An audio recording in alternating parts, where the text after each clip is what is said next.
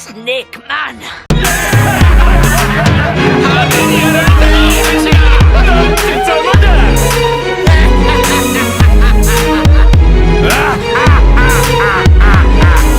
Le Snake Man est l'une des techniques que possède Monkey D. Luffy, l'une des techniques les plus puissantes de l'œuvre One Piece. Le Snake Man nous a été présenté versus Katakuri et il nous a été présenté au chapitre 1025 de One Piece quand Monkey D. Luffy est revenu devant Kaido. Salut les théologistes, j'espère que vous allez bien. Je vous retrouve aujourd'hui pour une théorie du Snake Man parfait. J'ai déjà fait une vidéo que je vous avais promis sur le Bon Man parfait et la vidéo sur le Snake Man parfait est bel et bien là. Je vous retrouve aujourd'hui pour une théorie qui est en train de me prendre carrément la tête. J'espère que cette vidéo va pouvoir vous plaire. Mais avant de commencer cette vidéo, un grand merci à tous ceux qui vont s'abonner sur la chaîne car bientôt là nous atteignons l'objectif de la chaîne, les 100 premiers abonnés de la chaîne. Alors je compte sur votre soutien pour me soutenir sur cette chaîne YouTube. Le pouce bleu fait toujours plaisir. Alors si vous êtes prêts, commençons déjà cette théorie.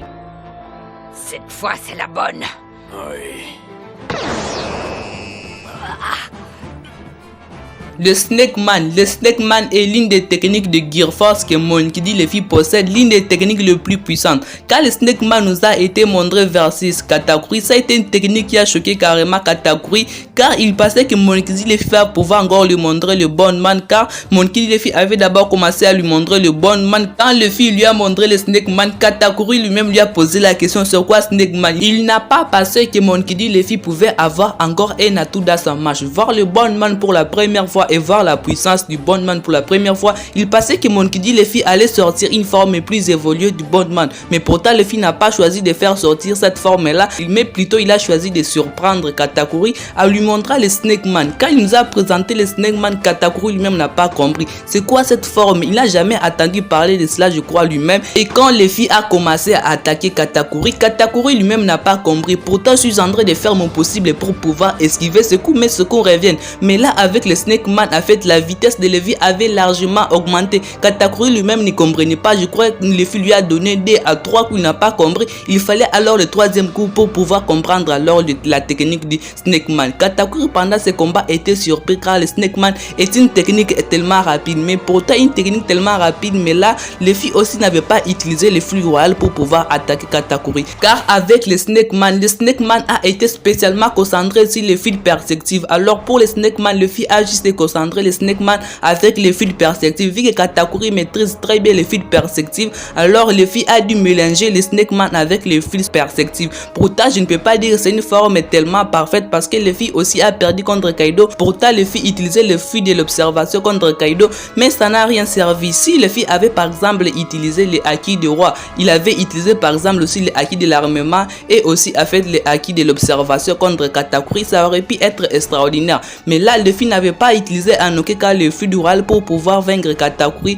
vu qu'il utilisait le flux de l'observation. Je crois que c'est avec la dernière technique où j'ai remarqué que Monkey D. Luffy avait utilisé le flux dural pour pouvoir frapper Katakuri avec sa technique de frappe, car là j'avais remarqué des signes noirs là rouges que marque a fait le flux dural que j'avais remarqué durant les combats quand Luffy avait éveillé a fait le Snake Man. Je n'avais pas remarqué que Luffy utilisait le flux dural, mais lorsque Luffy a lancé sa technique ultime pour pouvoir frapper Katakuri, là j'avais remarqué du flux dural. Alors moi j'aimerais juste vous dire aujourd'hui que quand Monkey D. Luffy aujourd'hui est revenu versus Kaido au chapitre 1025 de One Piece, il a mélangé d'abord les acquis de l'observation, les acquis de l'armement et il a aussi ajouté du flux dural pour pouvoir frapper Kaido.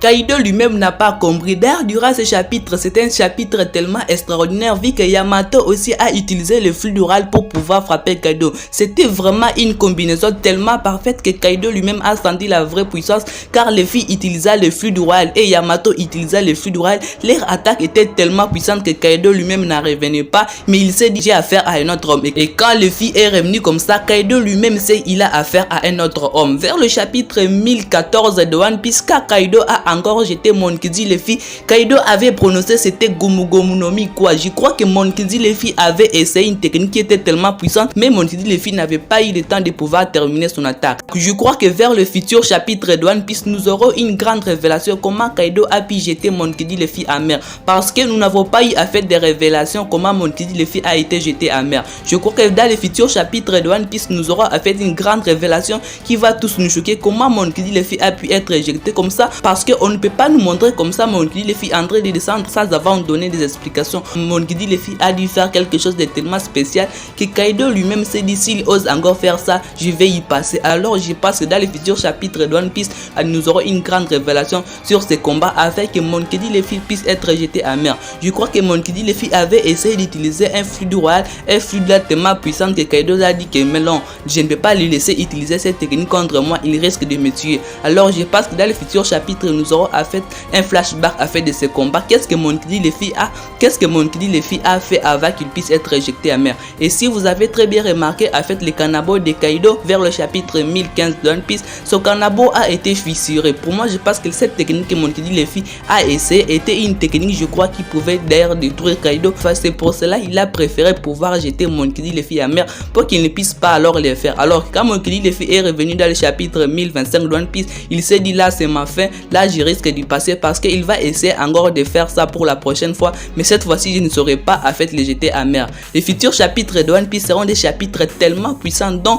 vous-même vous n'allez même pas réussir à lire ces chapitres. Bon, je crois que c'est tout ce que je voulais vous présenter dans cette vidéo. En tout cas, si vous avez des idées, vos idées sont carrément la bienvenue. Je suis en train de préparer une théorie sur le vol du Gomu Gomu no Mi et sur les Oni qui est Kaido. La vidéo arrive très bientôt là sur la chaîne. En tout cas, si vous êtes abonné sur la chaîne, vous allez pouvoir recevoir la vidéo. Merci à tous ceux qui se sont déjà abonnés sur la chaîne. Merci aussi pour le pouce bleu. Prenez extrêmement soin de votre futur et de vos proches car cela c'est le plus important.